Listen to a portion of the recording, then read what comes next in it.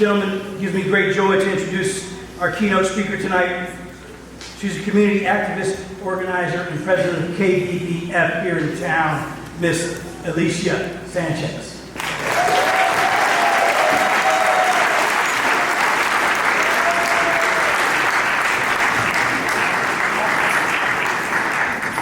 For over 40, 50 years, I can't tell you. And, you know, for me, this past year has probably been one of the hardest politically because of all the hatred I've seen, just basically, you know, just discrimination against poor people, immigrants, women, and it seems there's days when I just feel like so hopeless, right? I feel like, wow, we've been doing this, and look at where we're at now. We got an incredible, horrible president, and everyone are surrounding him. And, you know, you feel like, you know, what's going to happen? You know, but, you know, on the way here, I always feel like things happen, signs happen. On the way here, I was hearing on the radio about the summer, freedom summer, and the people who went from here to the south to deal with during the civil rights movement and everything, the disappearance of those three organizers. And all of a sudden, I realized, wait a second, this past year and this coming year, it's not hard. You know what? It's not hard. Those people had it hard. The people before us had it really hard. They died for us. You know, they died. If they didn't do anything else, we would be in worse situation. We would be in worse situation. So all of a sudden I said, you know what? No, it's not hard.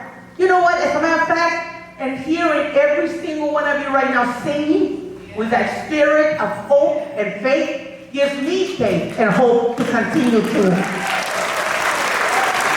I'll tell you what I see, brothers and sisters, is that what I think sometimes worries me is that, I'll tell you one time, I've been a union organizer for over 30 years.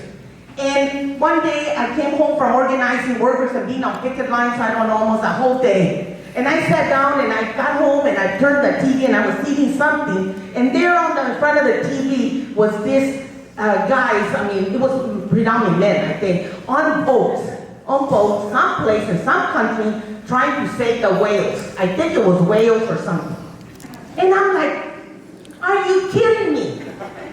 What in the hell? This is what went through my head. What in the hell are you saving the whales for? Why aren't you dealing with workers' rights? You know, workers' rights, because that's my job for workers' rights and everything else.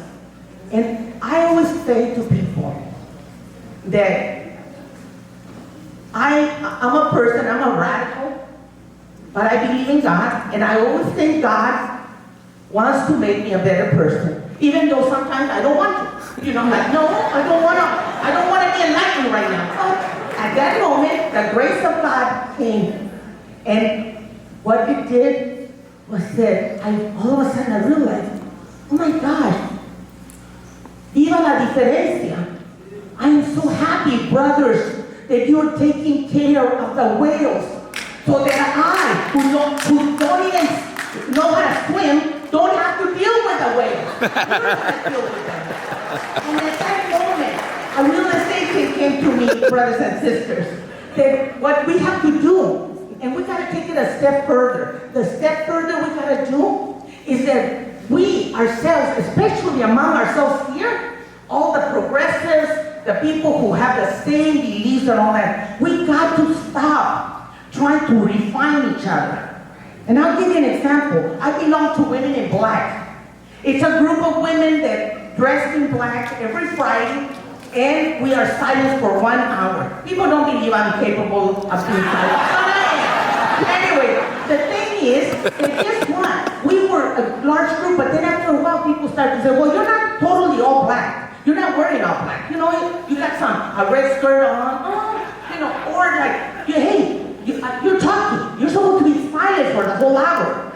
the fact that you were silent for 45 minutes doesn't cut it. You gotta be like, after a while it's like, yeah. And before you know it, people are starting, that we gotta stop that. We have to say, so among ourselves here, brothers and sisters, we got a hell of a year. We got a hell of a year coming up.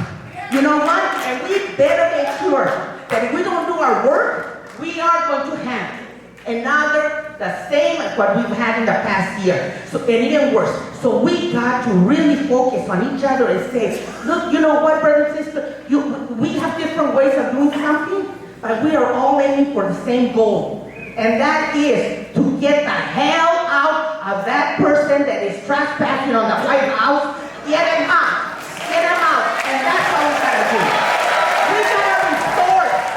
We got to fight racism. The enemy's racism, it's sexism, discrimination, all of that. We gotta fight against that. The enemy is not among us. The enemy is, we already know, it's those concepts that divide and conquer. And they're doing a good job of trying to divide and conquer. So we have to look at each other and say, you know what? I don't really know the way you do things, but you have the same goal that I do. And one of the things I used to tell workers is, and I keep saying this to people, is that when I organize, I used to tell workers, first thing I used to say to them is, tienen que quererse. You have to love each other. Some of the workers used to always say, Señora, you've been living in Sebastopol too long, you're a hippie. And I said, no, we do have to love each other. And second, I said, we have to accept each other's difference. Because some of us here, I guarantee you, some of you here have been in the movement for many years. Some of you have only been here for maybe one time, or yesterday was probably your first time in a women's march. It doesn't matter. We gotta accept each other's difference and say we are all aiming for the same goal. Now, the third thing I used to tell workers is that if you decide to take on this struggle, you gotta be willing to finish it.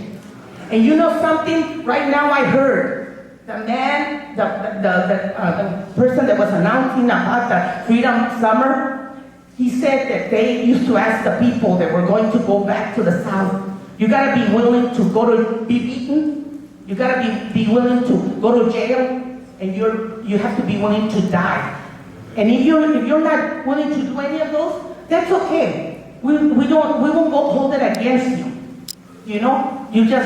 You have to make that commitment. Well, for us here, brothers and sisters, in many ways we're really lucky. We don't have to make those choices. But we do have to accept that we have to work hard. We gotta move forward. And when we're feeling like it's done, we can't do it anymore. I said this many times, this story, I keep saying it again and again. That's because that's the story that keeps me going all the time. And that is the story of my father. My father was an undocumented worker. My mother was born in the United States, but my father was in Mexico. And he used to cross the Rio Grande all the time.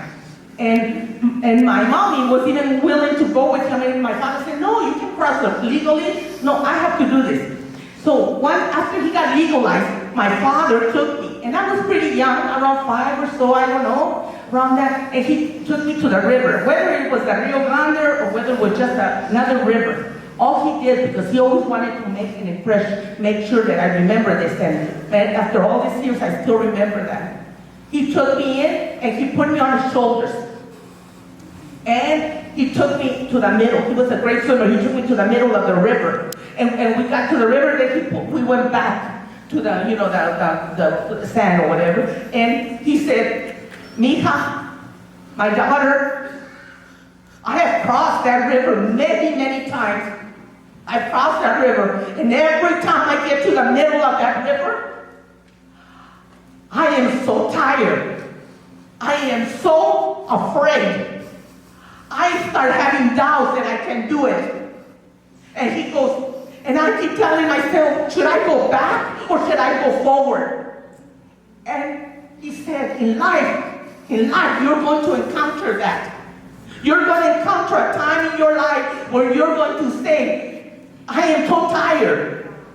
I am so exhausted. I am so afraid. I'm so doubtful. Just like I've been feeling, but not anymore, brothers and sisters. Because let me tell you what my father said. Every time you feel like that, you take a little rest. You tread water, you take a little rest. But you always you go forward, brothers and sisters. And that's what we have to do. We gotta go forward. Whether it's a little step or big step, we gotta go forward. We cannot be left. This leadership give us doubt. We cannot let this leadership that we have now makes us afraid or get us tired to continue to fight for justice and equality and peace. Brothers and sisters, take that little step. Believe in yourself. It's in here. We have hope and faith, and nobody can take that faith away from us, brothers and sisters. We are going to overcome, and we just have to keep going forward. We just got to keep going forward. And thank you, brothers and sisters, because tonight you inspire me for me to keep going forward. I love you all.